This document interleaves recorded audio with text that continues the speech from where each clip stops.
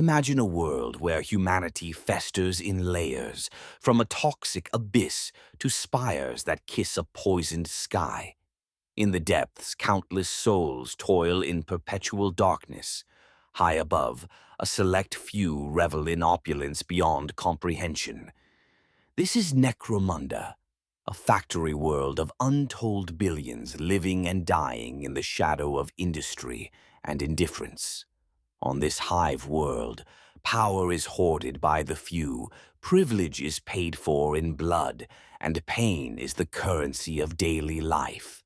Welcome to the underworld of the Palatine Hive, where feudal chains of loyalty and ruthless violence bind a society on the brink.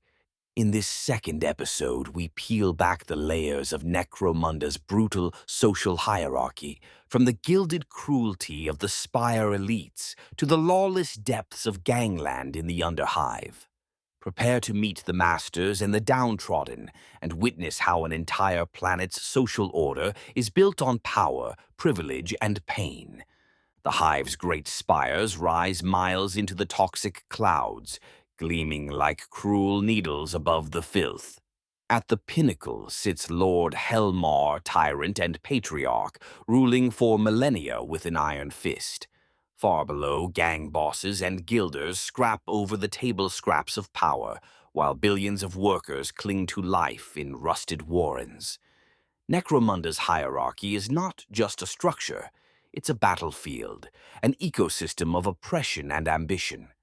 In this episode, we delve into each tier of that hierarchy, the Spire's noble houses and their indulgent tyranny, the Mercator Guilds that monopolize every necessity of life, the clan houses whose gangs and families form the Hive's violent backbone, the sanctioned and unsanctioned gangs that fight society's proxy wars, the forces of law, enforcers and bounty hunters who preserve a delicate balance through fear, and the all-pervasive Ecclesiarchy that sanctifies it all with the imperial faith. From the highest Palatine lords to the lowest sump scum, every soul on Necromunda plays a part in this grand drama of survival. So steel yourself and mind your step. One misstep in the Hive can send you plunging from privilege to pain in a heartbeat. This is Necromunda's social hierarchy unmasked, a descent into the Spire, the Hive, and the Underhive where only the ruthless thrive. Let's begin our journey at the very top, where power wears a human face wreathed in gold and cruelty. Lords of the Spire, House Helmar, and the noble elite. At the absolute pinnacle of Necromunda's power structure sits Imperial House Helmar, the ancient ruling dynasty that has governed the planet for over 7,000 years. The Helmar line has endured through rebellions, industrial disasters, and the grinding passage of millennia, all while clenching the planet in an iron grip. The current ruler, Lord Gerontius Helmauer, is the latest in this fearsome lineage, the planetary governor of Necromunda and undisputed master of Hive Primus. From his throne in the heavens, a fortified palace at the Spire's summit, Lord Helmar commands absolute authority, backed by the warrant of imperial law and the blessing of the Ecclesiarchy. In the eyes of Necromunda's people, Helmar is practically a force of nature, a constant presence like the toxic air they breathe. He is the author of the planet's ancient canon of rules, a set of brutal governing principles passed down from the first Helmar to ensure Necromunda's survival through perpetual strife. Life in the Spire is a world apart from the misery below. Here dwell the noble houses, dozens of aristocratic families with bloodlines as venerable and vicious as Helmauer's own. These Spire nobles exist in unimaginable luxury. Within climate-controlled crystal domes and golden halls, they feast on delicacies imported from distant worlds and drink water untainted by ash or chem privileges literally unthinkable to the masses below. Each noble house controls its own palatial territory atop the Hive. For instance, House Ulanti, one of the oldest and most decadent great houses, occupies a needle-thin tower on the spire's edge. A palace so grand, it's said, the Ulanti have transformed its levels into fantastical themed realms for their amusement. The noble elite measure wealth not in credits alone, but in entire industries and domains. House Ulanti, to name one, leases its factory districts to lower clans and guilders, skimming a fortune from the output of others. Some noble houses even own secondary hives or moons. Ulanti's patriarch maintains a private hunting preserve on Necromunda's moon, where Xenos beasts are hunted for sport. This gives a sense of their near-limitless wealth and influence. But beneath the veneer of opulence lies cutthroat intrigue. The noble houses scheme and backstab constantly, vying for Helmar's favor and greater slices of the planet's spoils. They are ostensibly Helmar's vassals, yet any one of them might secretly harbor ambitions of supremacy. Power plays among the Spire nobility can be subtle, an arranged marriage here, an assassination there, or shockingly direct. An illustrative example. For generations, the noble house Ulanti purchased its chems and stimulants from the clan house Escher via a lucrative contract. Sensing opportunity, House Orlok, a rising industrial clan, orchestrated a campaign of sabotage against Escher's supply lines, bribing Underhive gangs to wreak havoc on Escher operations. The plan succeeded.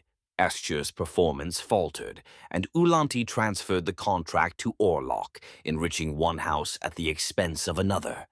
In the Spire, wealth is power, and loyalties last only until a better deal presents itself. All the while, Lord Helmar keeps a watchful eye. The Helmar Patriarch treats the noble houses much like a spider in the center of a web, a favored metaphor on Necromunda. He encourages competition and jealousy among them, so that none unite against him.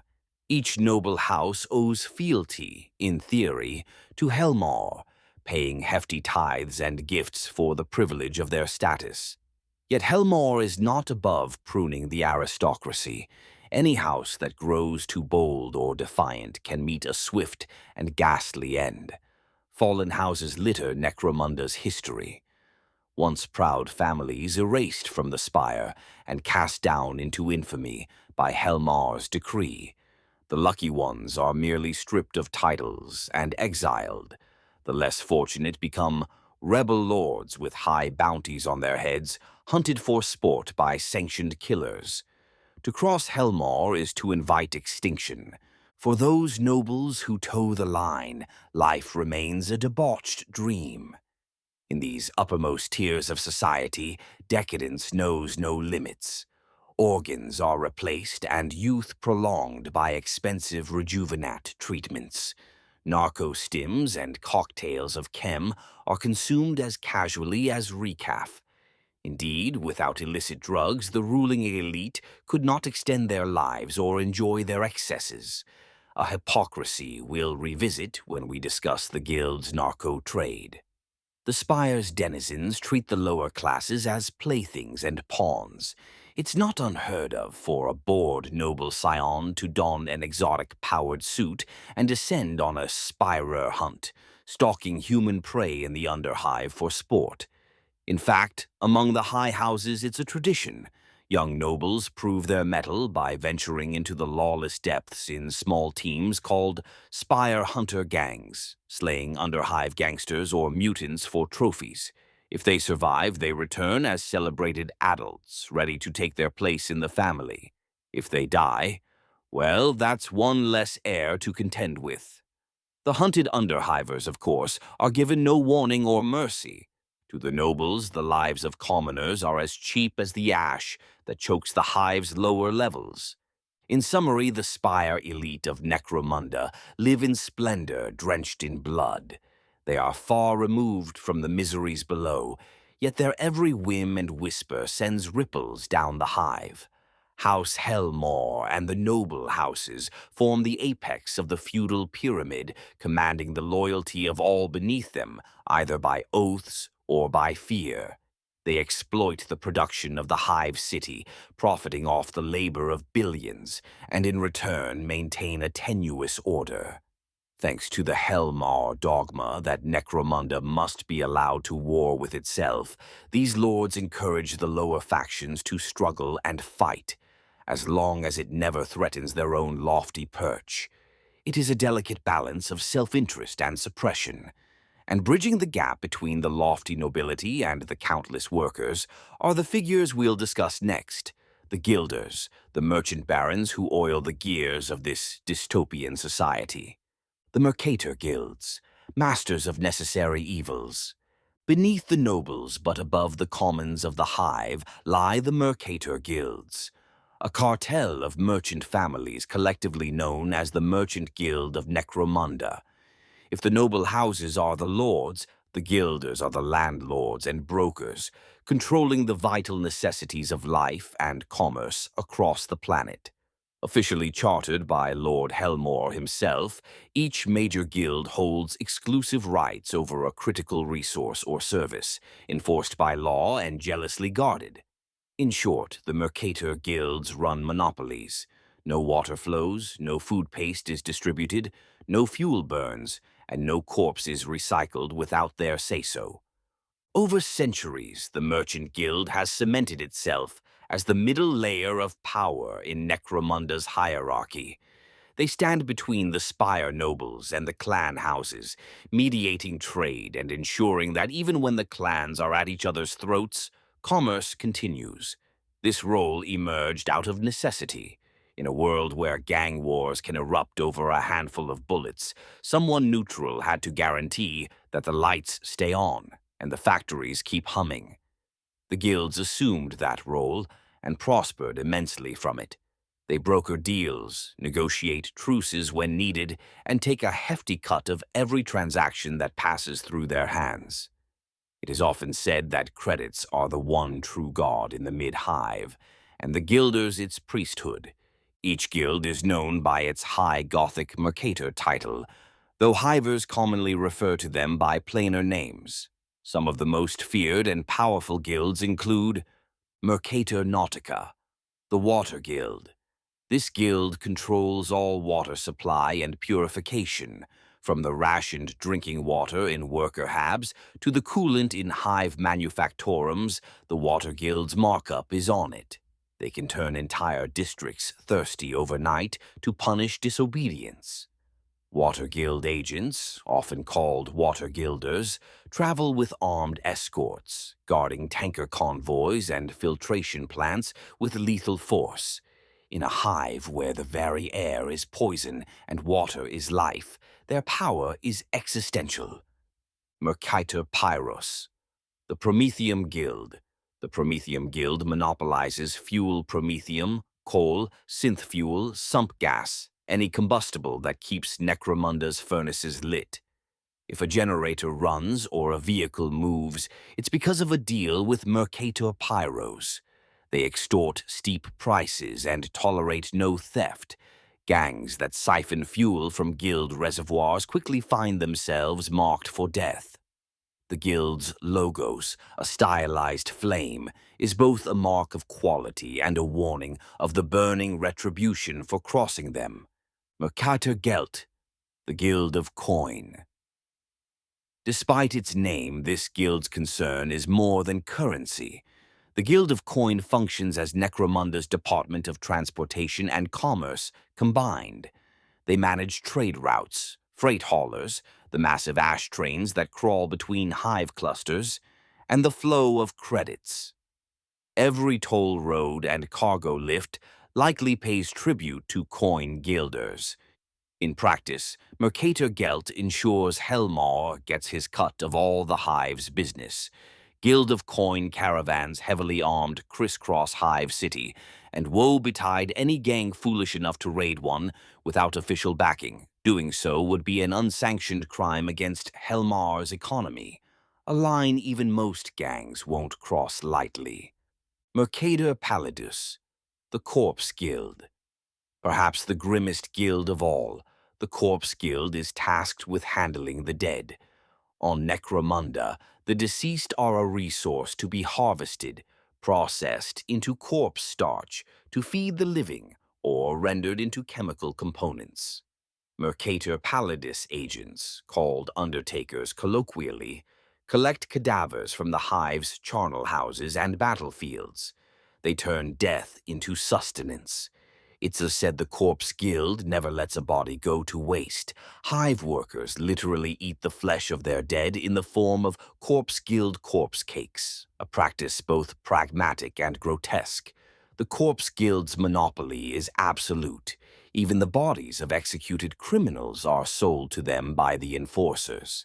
Naturally, this guild breeds a morbid, cult-like atmosphere, with its members wearing grave-smelling robes and iron skull masks as they go about their harvest. Mercator Sanguis, the Slavers' Guild. Slavery is officially illegal under imperial law, but on Necromunda the line is thin. The Slavers' Guild handles the trade of bonded workers and hive debtors. Whether it's convict gangs sold as pit slaves or entire sump war tribes captured and shipped to the factories, Mercator Sanguis brokers human lives for labor.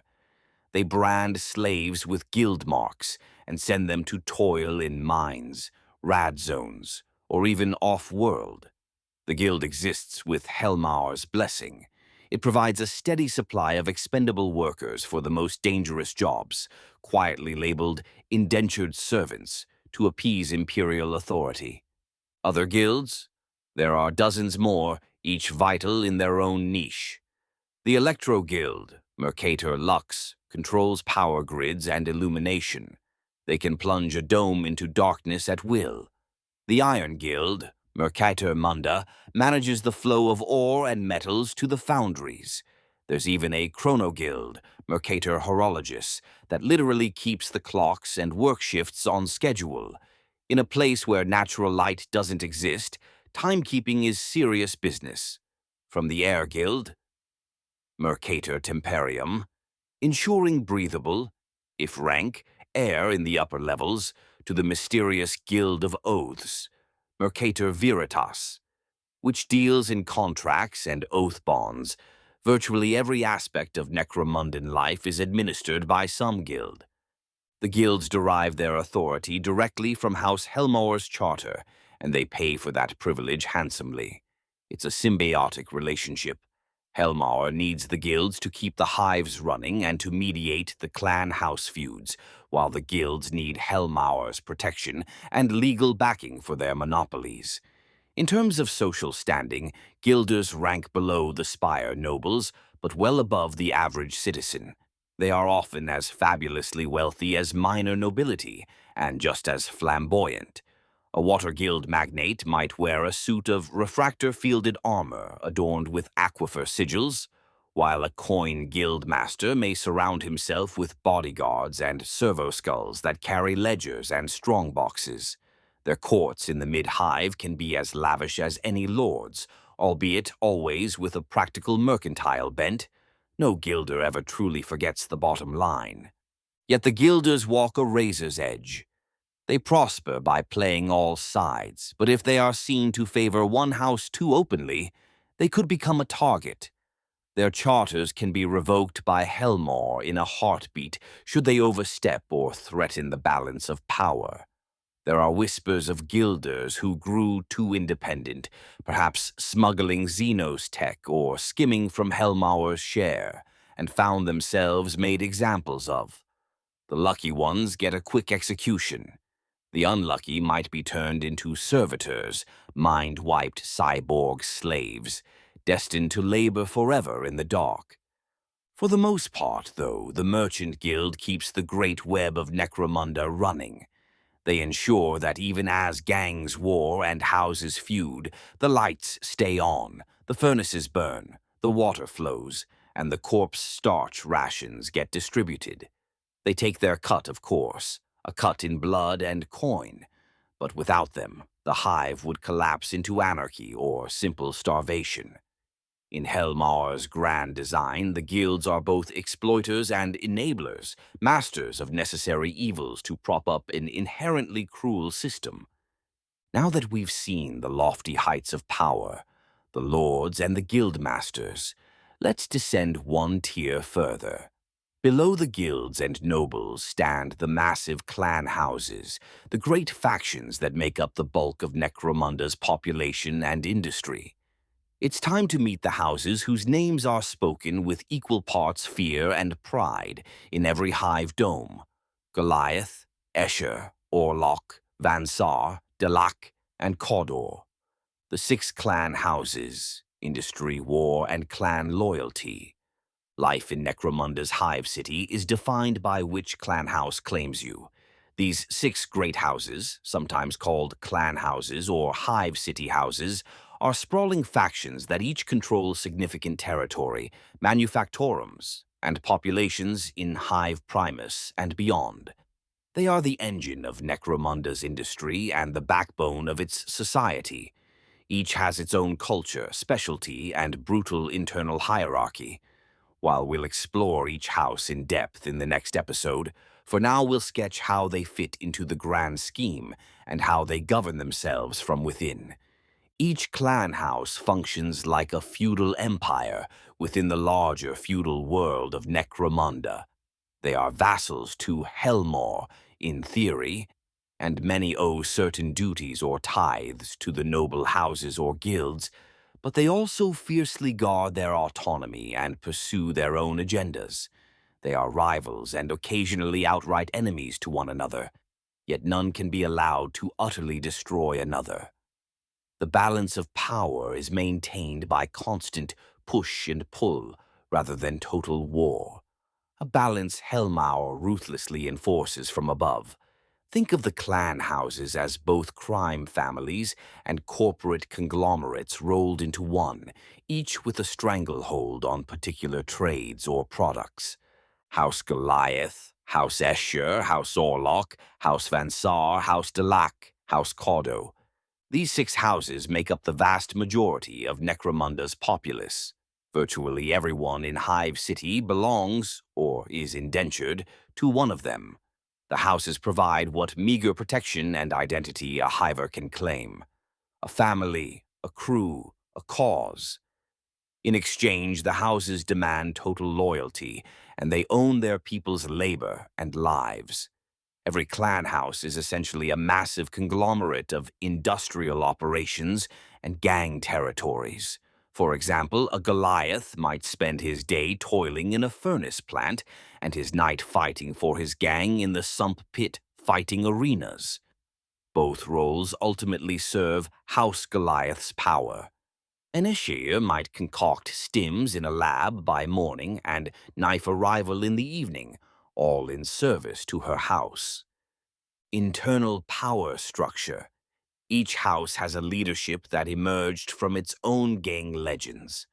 On Necromunda, gangs are the crucible of leadership. As official lore notes, the most successful gang fighters often become leaders of their clan's families or the house itself. In effect, might makes right within the houses. The upper tiers of each house, whether they be called a council, over-tyrant, matriarch, lord, prime, or any other title, are almost always held by those who prove themselves through combat or ruthlessness in their youth. A champion who seized territory and crushed rivals in their gang days may be elevated to oversee an entire district for the house. Over decades, some rise further to sit at the right hand of the House Lord. It's telling that many clan house leaders are themselves legendary former gangers. These houses don't have democratic elections or purely hereditary successions, with partial exception of Vansar or Orlok, where family lineage matters, but even there, a weak heir can be swiftly dealt with. Instead, leadership transitions often involve violent coups, trials by combat, or the occasional mysterious disappearance of a leader who's lost their edge. To maintain control, house leaders use a mix of fear, reward, and clan pride.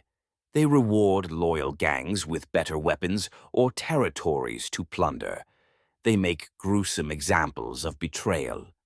Each house also instills a sense that no matter how bad things are, at least you have your house. The feud culture between houses reinforces this. You're expected to hate the fools in the next house over more than the boss who works you to death. Thus, Goliaths and Orlocks will happily beat each other to a pulp over a turf dispute rather than both asking why their conditions are awful. It's classic divide and conquer, and it works. After all, the alternative to being in a house is to be outcast, and that's a fate worse than death for many. We'll touch on outcasts soon. In this feudal urban jungle, the 6 clan houses form an ever-shifting mosaic of alliances and vendettas, all under the cold gaze of Lord Helmar.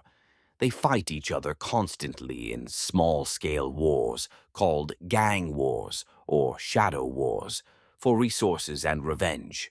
But they all know the limits. If any house openly mustered an army to attack another's domain in force, the wrath of the imperial house would descend swiftly.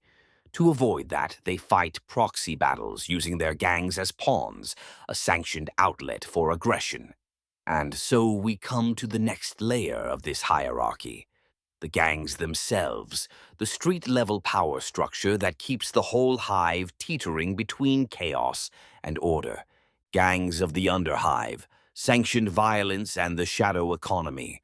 Walk down any hab-block corridor in the lower hive, and you'll see the graffiti tags of a dozen gangs, neon symbols, blood marks, severed fingers nailed to walls, all tokens of turf and the fierce intent to hold it.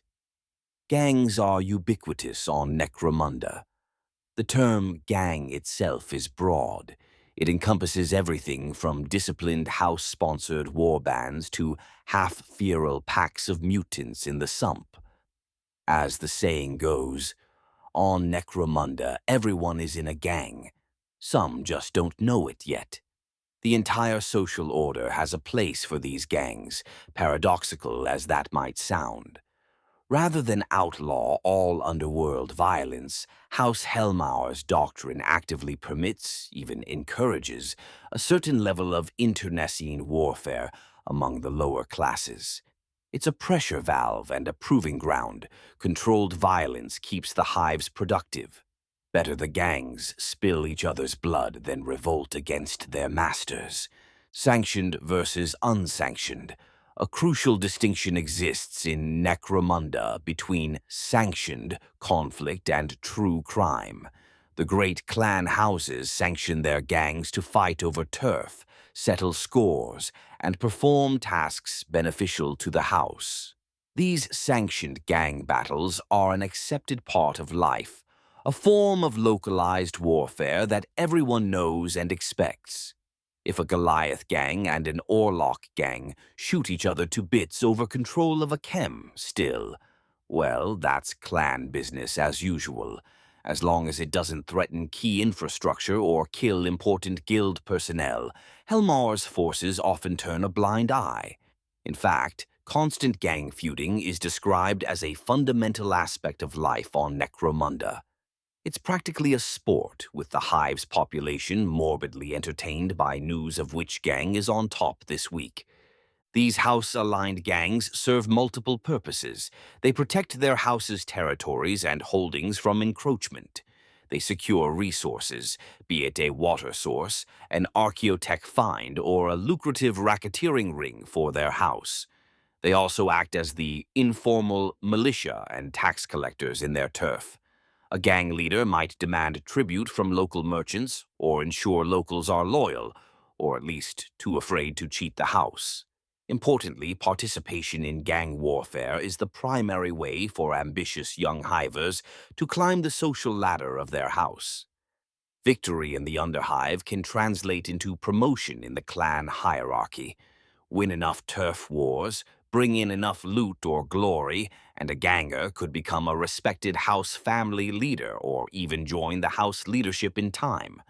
Thus, the gang ecosystem sustains the feudal hierarchy.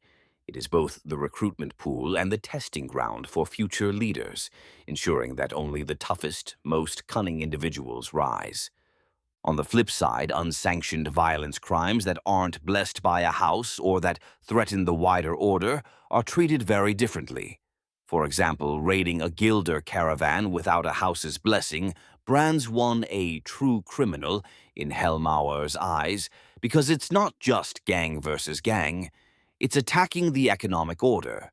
Similarly, operating an independent racket without paying due to the local house invites swift retribution. These are acts against the absolute authority of the houses, and they break the unspoken rules of the great game. Such rogues become outlaws, proper fair game for enforcers and bounty hunters alike. In Necromunda's parlances, outlaw status means Palanite enforcers have marked you for arrest or execution, and any citizen is rewarded for killing or capturing you. Worse still is to be declared an outcast, someone banished entirely. No house protection, no society ties. An outcast has no rights at all and can be murdered by anyone without consequence. They're essentially already considered dead by the system. The line can be thin. Many so-called criminals in Necromunda actually still have connections to houses or guilders. Think of narco-lords who sell stims to keep workers productive and nobles young, or tech riggers who run illicit workshops but funnel kickbacks to the merchant guild. These are tolerated, even valued, as integral to the system despite their outlaw veneer. They grease the wheels of productivity and keep the Underhive's shadow economy thriving. A narco-lord, for instance, might officially be an outlaw, but if his drugs ensure Hellmauer's factories meet their quotas and the guilders get rich, he's likely shielded by some powerful patron. Necromunda is rife with such double-dealing, lawbreakers who prop up the law and vice versa. To paint the ecosystem, the Hive city, mid-Hive, where most population lives, has relatively stable house zones where a single clan is dominant. Here, gang dust-ups are usually house-on-house at borders or internal power plays. Dip below into the Underhive, the lawless, collapsed, or abandoned lower levels, and it becomes a free-for-all. Underhive sectors are often beyond even the clan house's firm control, though they might claim influence. These regions breed scavenger gangs, mutants, cults, and other misfits not officially part of the big houses. They too form gangs, packs of mutants lurking in toxic sumps, tribes of scavies, deformed cannibal bandits eking out survival, renegade tech rights constructing bizarre weapons, and more. Even out in the ash wastes, between hives, nomad brigands form gangs raiding passing convoys. All are considered beneath notice until they cause a problem for the hive. Occasionally, these outsider gangs, or outlanders, spark events. Say, a mutant warlord unites a horde threatening a hive's outskirts, at which point the houses might cooperate long enough to squash them or dispatch bounty hunters to cut off the head. It's worth noting the phenomenon of brat gangs in the upper levels. Even among the privileged youth of the high habs, the middle class and low nobility just below the spire, the gang mentality seeps in. Thrill-seeking young nobles form brat gangs, acting out their own violent fantasies on slummers or as proto-spirers. They're typically armed with expensive toys and a sense of invulnerability. While not a major power factor, they exemplify how gang culture permeates every social stratum. From the gutter to the glimmering heights, violence and clannish loyalty are second nature on Necromunda. The gang as family. For many hivers, their gang is more immediate and tangible than their house affiliation. A house might be millions strong. A gang is a tight unit of a dozen on average, with whom one fights, bleeds, and possibly dies. Gangs impose their own initiation rites and codes. Commonly, new recruits must prove themselves through shows of bravery or brutality, perhaps fighting other aspirants or taking a trophy from a fallen foe. A macabre tradition across many gangs is trophy-taking, called scragging in Underhive slang, where a recruit might slice off an enemy's finger or ear as proof of kill. Indeed, it's a point of pride among veteran gangers to wave a hand missing no fingers, showing they've never failed or been forced to atone, since a severed finger is also a penalty for failure in some clans. Such customs reinforce that gang life is brutal and only respects success. Gangers earn nicknames, scars, and status through their exploits, and those who falter are maimed or cast out. This constant undercurrent of gang warfare serves Hellmauer's aims. It keeps the population scared and divided, ensures the strong leadership rises, and provides a violent outlet that doesn't challenge the overall power structure. However, it's a fine line. If a gang war gets too big, say open war between house armies rather than skirmishes, it risks true anarchy, something the Imperium will not tolerate. Thus, steps in the final piece of the hierarchy, the enforcers and their ilk, to keep the bloodshed within acceptable bounds. The Iron Fist, enforcers, bounty hunters, and the machinery of control. When gang warfare or uprisings threaten to cross the line from murderous competition into all-out rebellion, it is the enforcers who answer the call. The Palanite enforcers of Necromunda are the local law in the Hive.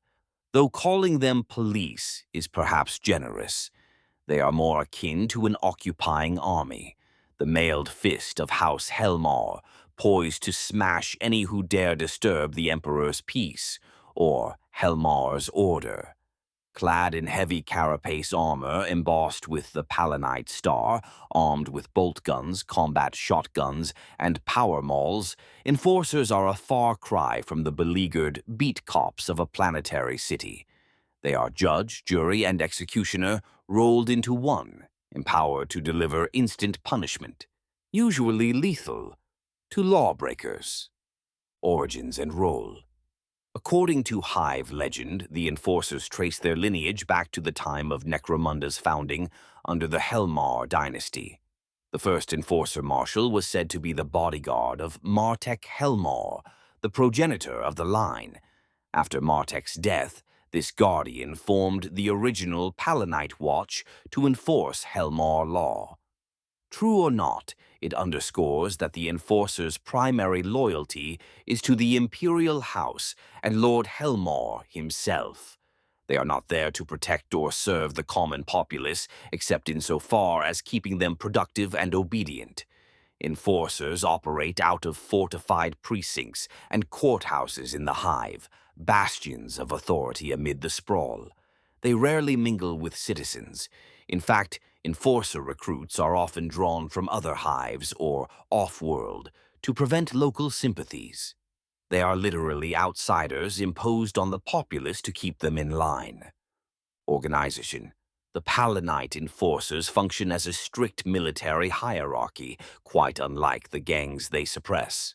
At the top, the Lord Marshal and Provost Marshals answer directly to Lord Helmar's court, coordinating law enforcement across the whole planet, or each hive. Each hive city has a Provost Marshal commanding its enforcer legions. Under them, precinct captains control sectors of the hive, each based in a precinct fortress heavily armed barracks that are essentially mini-fortresses in the mid-hive. These captains send out patrols of enforcers, typically squads of about half a dozen heavily armed officers led by a sergeant. Some squads specialize in crowd control, others in breach and clear tactics, or even handling cyber mastiffs, mechanical attack dogs, to hunt fugitives.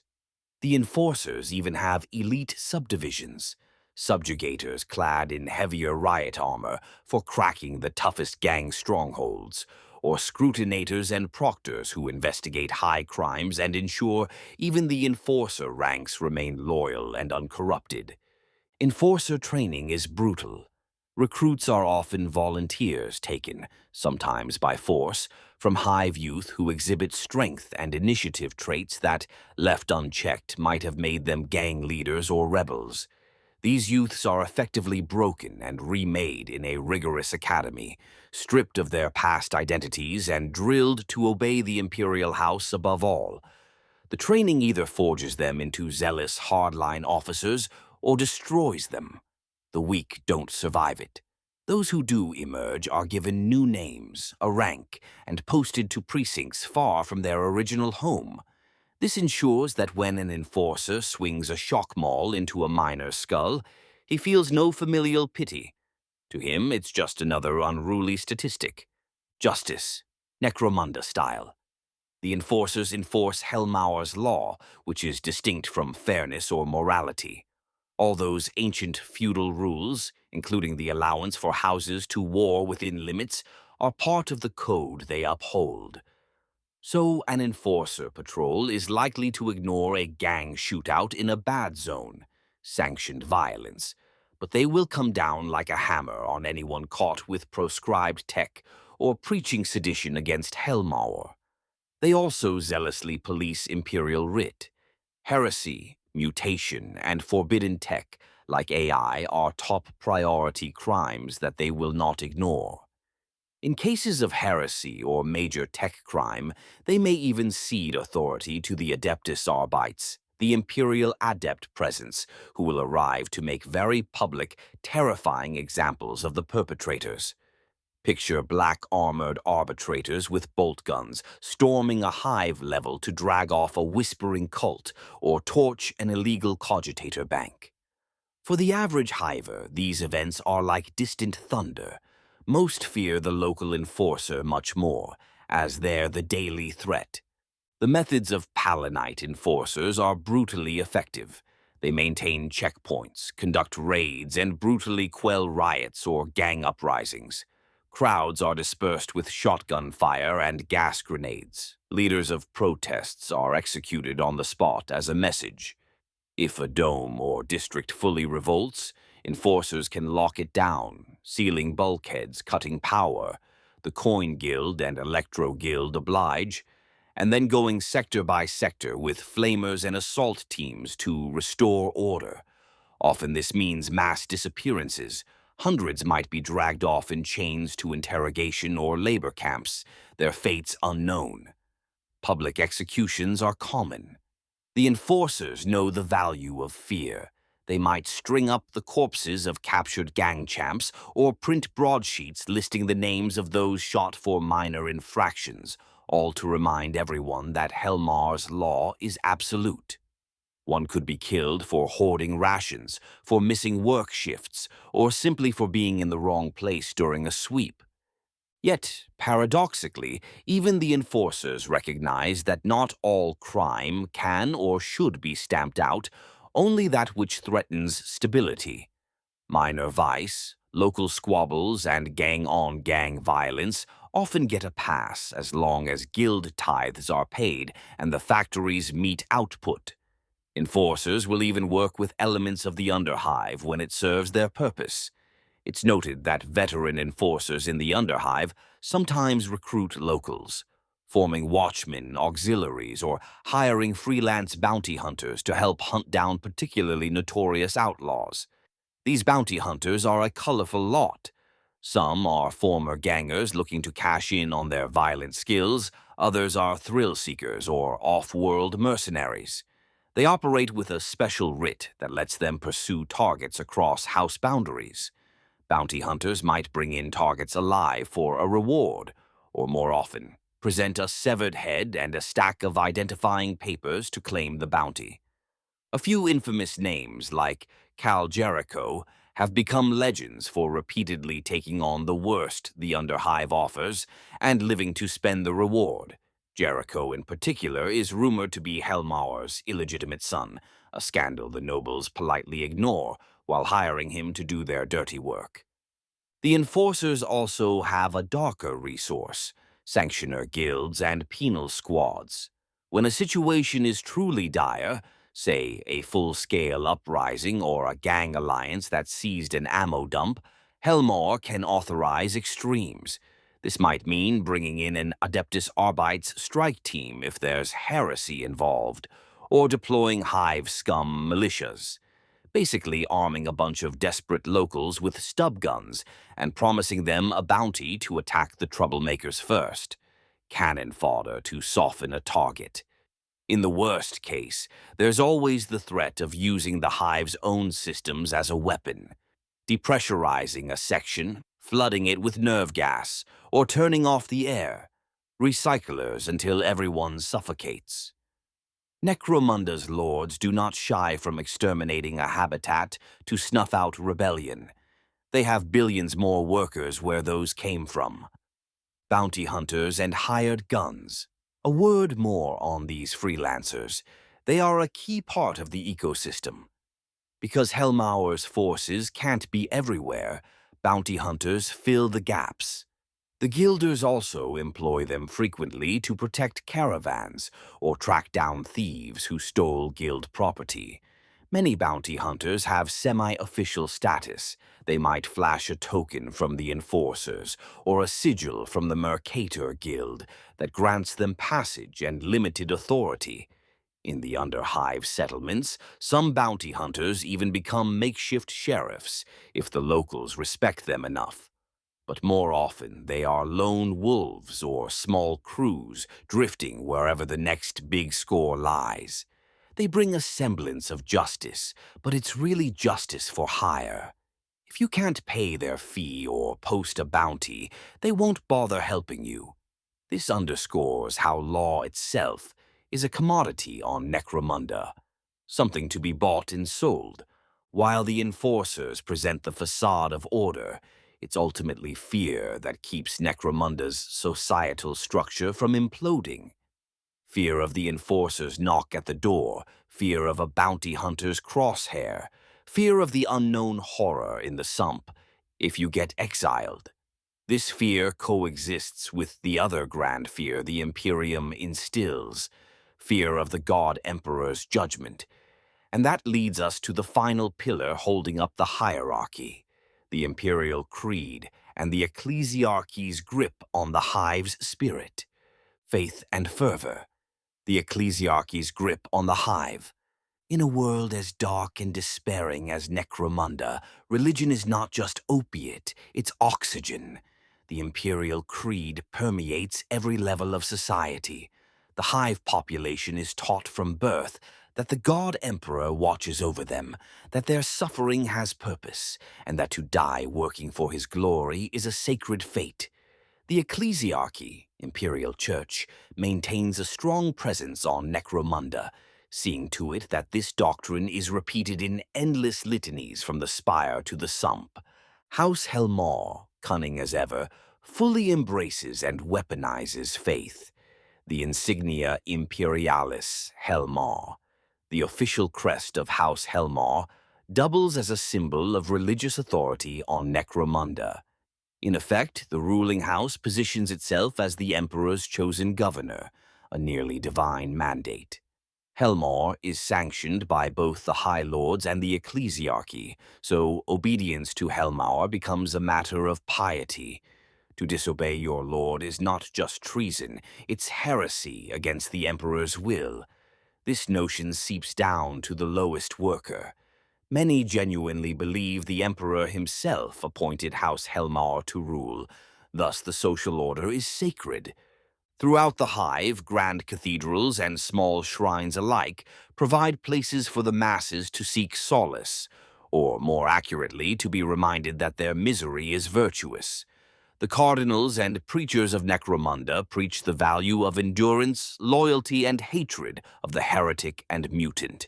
The result over centuries is a planet that has produced an unusual number of saints and martyrs, all celebrated to reinforce desired behaviors. Necromunda's faithful have a whole pantheon of saints relevant to Hive life. Imperial saints recognized by the wider Imperium, such as Saint Valdor the Blessed or Saint Mina, patron of the Order of the Bloody Rose. These exemplify grand heroism and sacrifice. People invoke them in formal mass, but they can feel distant. Great saints of Necromunda, acknowledged by the Ecclesiarchy but specific to this world. For example, Martek the Unifier, said to be the first Helmar lord who unified the planet, essentially canonizing Helmar's founding father. And Encordarius, the lost saint, a figure tied to the redemption cult, symbolizing the purging of sin. Lesser saints who are local to certain hives or regions, like a saint venerated only in Hive Primus or a particular factory district. They often started as popular heroes or miracle workers in a single hive, and their cult stayed local. Pauper saints drawn from the low-born figures like Cognus, the saint of quotas, a martyred foreman who supposedly kept to his work quota, even as a collapse killed him, now prayed to by Factorum workers to meet their targets. Or Gelt, the saint of coin, perhaps a tongue-in-cheek patron of guild clerks. These saints reflect the daily grind. If you're shoveling toxic sludge, you might pray to Glurg, the saint of gunk, a half-legendary figure who drowned in the sump for our sins. Gang saints, perhaps most fascinating, are martyrs revered specifically by gang communities. These aren't officially recognized by the church, some priests might even deem them heretical, but they exist in folklore. Names like Shanks, the saint of knives, a fabled knife man who never lost a blade fight, or Caliber, the saint of bullets, invoked when a ganger prays his ammo finds its mark. Vermin, the saint of rats, is one more, a patron for those who survive by cunning and the skin of their teeth in the Underhive. That even murderous gangs seek divine blessing tells you how deep faith runs. The redemption cult within House Cawdor is an extreme but illustrative example of Hive religion. This cult preaches that the world is irredeemably sinful, and only through flames and blood can humanity be purified. Redemptionists in the Underhive will burn heretics, mutants, and sometimes innocent bystanders to save their souls, all the while shouting praises to the Emperor. It's vigilante fanaticism, but House Cawdor's leadership fans these flames when useful. It keeps the populace focused on internal enemies, the mutant, the heretic, the witch, rather than questioning their harsh lives. Helmaur's regime finds it generally useful too. A populace busy accusing each other of sin is less likely to accuse the ruler of tyranny. The Ecclesiarchy's formal presence likely includes a cardinal or at least high-ranking confessors assigned to Necromunda. They ensure the ministorum gets its tithes and that faith does not wane. They also anoint Helmor's rule, literally conducting ceremonies that bless each new Helmor heir or significant campaign. In return, Helmor patronizes the church. It's a trade of influence. Helmor gives the church free hand to collect donations and staff missions in the Hive, and the church gives Helmor the aura of divine approval. If a worker riots, he's not just rebelling against his boss, he's betraying the Emperor's chosen. A heavy moral burden for an imperial citizen, even with faith blanketing society.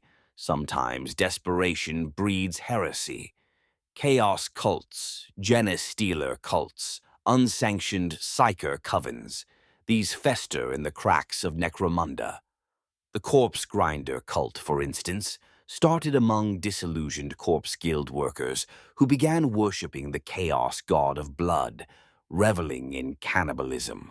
Such cults are the ultimate threat to the hierarchy because they don't want to tweak the system. They want to burn it.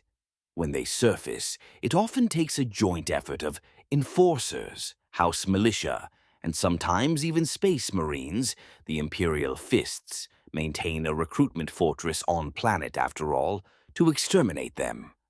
But note, These extreme cases often only arise because of how brutal and hopeless life is for the Underhivers. In a way, the cruelty of the system itself continuously feeds the need for redemption, or the temptation of heresy, a vicious cycle that Necromunda's masters simply accept. Religion on Necromunda thus serves as both balm and chain. The promise of the God Emperor's love and an afterlife among the saints is sometimes all that keeps a hiver going. A starving family might still light a candle and pray to Saint Mina to watch over their daughters. A mutilated factory worker might hobble to the shrine of Cognus and pray tomorrow's quota doesn't kill him. This faith keeps people enduring the unendurable. At the same time, the structured imperial creed, with its hierarchy of priests and saints, reinforces obedience. It channels the people's anger towards approved targets, mutants, heretics, and teaches them that to suffer in silence is holy. That lesson is extremely convenient for Helmar and the nobles. So long as the masses see virtue in their own oppression, they won't unite to end it. To ensure that message sticks, the Ecclesiarchy sometimes sponsors grand spectacles. Perhaps a holy, hive-wide day of penitence, where everyone is expected to whip themselves. Some will literally cut off a finger as atonement, a ritual common in Necromunda. Or they parade holy relics through the hive, say the preserved hand of Martek Helmar, now a saint, touring the Spire basilicas while workers are allowed a glimpse as a reward for good behavior. These displays remind everyone that the Emperor, and by extension Helmar, is watching, so behave. In sum, faith on Necromunda is a double-edged sword.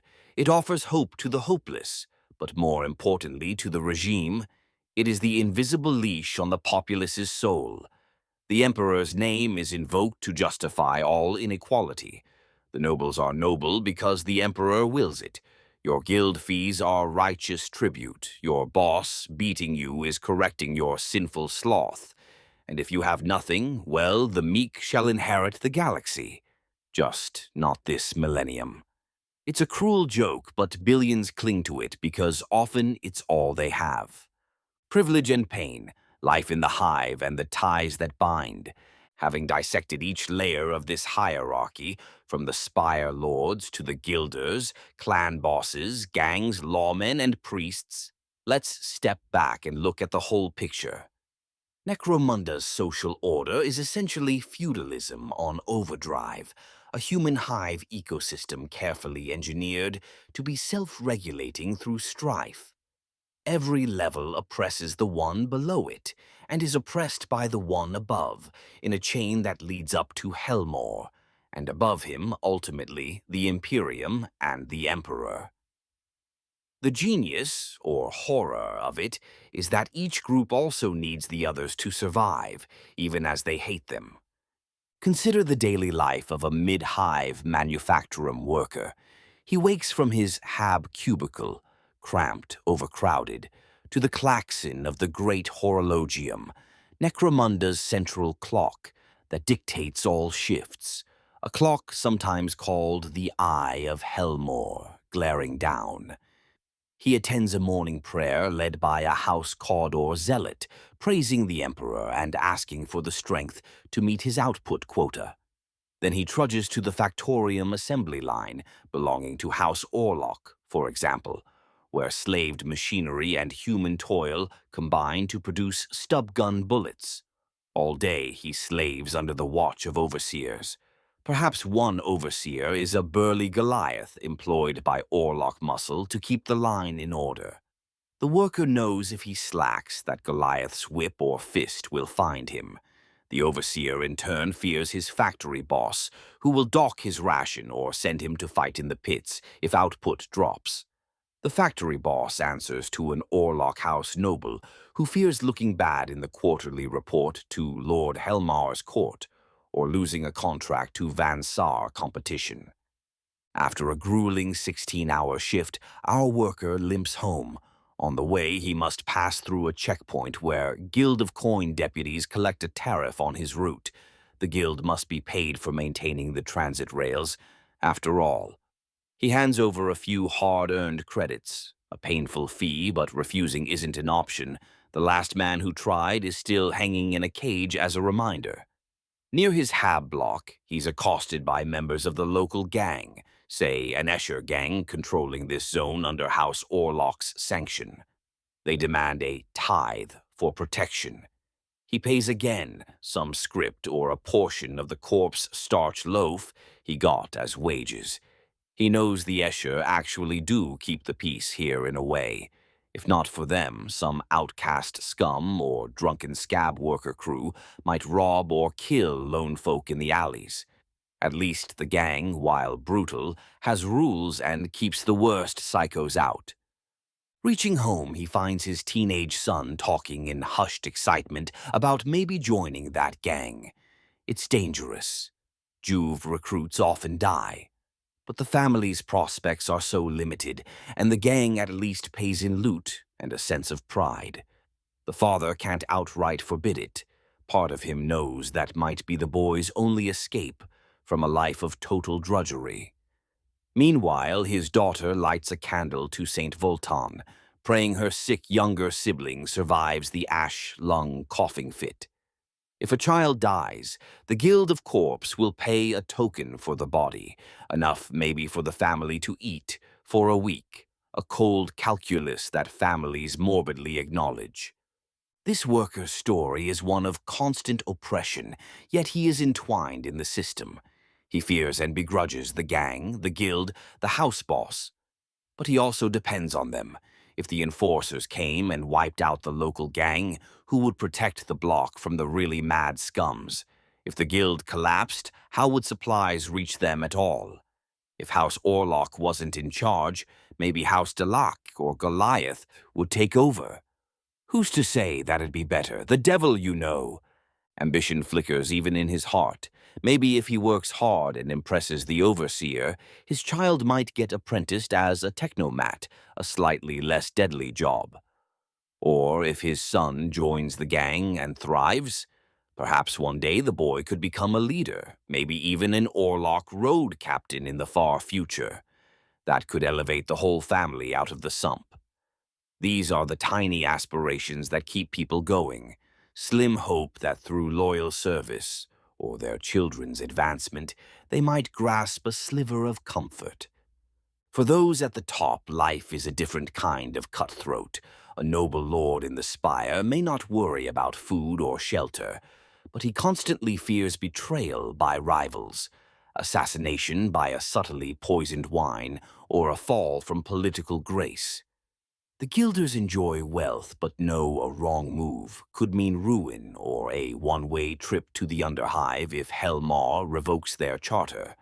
A high-ranking enforcer captain enforces law rigorously, but he must watch his own men for signs of corruption or disloyalty. The moment he looks weak, a subordinate might report him. Or worse, a gang might make a bold move on his precinct. Even Helmar, sitting unassailable above all, lives in a state of paranoid vigilance. He's held power for centuries, yet even he recently faced a planet-wide rebellion after the Great Rift's upheaval, only quashed when Guillemon's Indomitus crusade loomed. The Imperial commander of Necromunda knows complacency is death. Thus, oppression and ambition are the twin forces in every tier. The oppressed dream of rising, the ambitious above fear falling. The Guilders exploit the clans, but also dread them. A house gang could destroy a guild outpost if provoked. The clan leaders rally their kin to incessant war, but fear uniting them too much, lest they collectively realize their servitude. Gangers strive to become legends, but know any bullet could end that dream in an eye blink. Enforcers relish their authority, but step outside their fortress and they're a target in every scope and a hated symbol to every starving serf. The priest condemns sin in others, while quietly indulging in the bribes and pleasures of the flesh, because power has its perks. But if he's caught, the redemption will show no mercy, even to one of their own. And so the wheel turns. Necromunda's hierarchy persists because it is self-correcting in its cruelty. Too much ambition, a higher power crushes it. A gang that grows too bold is wiped out by enforcers. A house that oversteps is sanctioned by Helmor's agents. A noble that plots treason gets an ecclesiarchal writ of excommunication and a knife in the dark. Too much oppression leading to despair? Then a scapegoat is provided.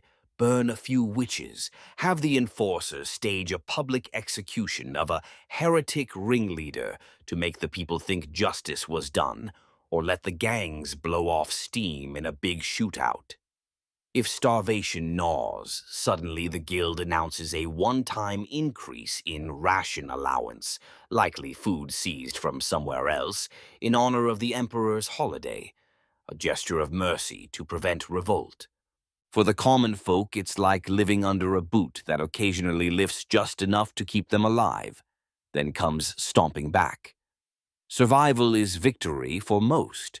They count themselves lucky if they die of old age, a rarity, or at least die for something like their house, their emperor, or with weapon in hand. Far more likely is to die anonymously, crushed in an industrial accident, killed by gang crossfire, consumed by some hive-borne disease, or simply disappearing when your utility is done. Yet, Necromunda endures. The planet continues to churn out mountains of weapons, ammunition, manufactured goods, and fighters for the Imperium's armies. In fact, Necromunda is so productive precisely because of this brutal social order. The constant competition drives the houses to ever greater heights of productivity. No clan wants to lag behind in meeting its tithe. That would show weakness. No guild wants to be out-profited by a rival. That would invite someone taking their charter. Even the gangs compete to show their mettle. Violence and oppression are baked into the system to maximize output and prevent complacency. It's horrific from a human perspective, but from the Imperium's cold view, it's effective. In the twisted hierarchy of Necromunda, power trickles downward as cruelty, and ambition claws upward through blood. We have seen how the planet's society is a tiered cage. The Spire nobles living in obscene luxury, built on the suffering of the teeming masses. The Mercator Guilds squeezing profit from every basic necessity. The clan houses binding countless families in feudal loyalty and endless rivalry. The gangs enforcing the will of their betters while carving out their own scraps of glory. The Palinite enforcers and hired guns keeping the acceptable chaos from becoming true rebellion, and the imperial creed sanctifying it all, keeping hearts fearful yet fervent. It is a system as intricate as it is brutal, an ecology of oppression where everyone plays a part, willingly or not. On Necromunda, privilege is paid in blood, and pain is the common coin of existence. And yet, life persists in the Hive. There is love, laughter, and even fleeting triumph in the shadows. A ganger finds camaraderie with her crew amid the firefights. A preacher gives solace to the damned in his congregation. A noble throws a grand ball to celebrate a successful quarter, even as workers died by the hundreds to make it so. These human moments, bright or dark, are the fuel that keeps Necromunda's heart beating in the gloom. The Hive City is a great beast that devours lives and spits out steel, and its hunger never ends. As we close this chapter, we leave our neutral narrator's perch high above the Hive and steel ourselves for what comes next. The stage is set to delve deeper into the 6 clan houses themselves, the major players we only briefly met here. In our next episode, we'll descend into the gang barracks and factorums of House Goliath, House Escher, House Orlok, House Van Saar, House Delac, and House Cawdor. We'll explore their full histories, their cultures, their strengths and sins, the sagas of the great clans who truly give Necromunda its infamous character. From the gene-forged titans of Goliath to the chem-clad warrior women of Escher, the oath-keeping Orlocks to the shadowy Deluxe, the tech-savant Van Sars to the flame-wreathed faithful of Cawdor, Episode 3 will unravel the lore of these legendary houses that rule the Hive's streets. So stay tuned for Episode 3, Clan Legends and Labyrinths, coming soon, where we shine a torch into the pride, power, and pathologies of Necromunda's 6 great houses. In the Underhive, there's always another layer of darkness to uncover, and we're just getting started. Prepare for more grim darkness and gritty lore in our ongoing journey through the nightmare that is Necromunda. Thank you for watching, and remember, the only difference between a lord and a scummer here is how high on the Hive they die. Emperor, protect you. You'll need it down in the depths of Hive Primus.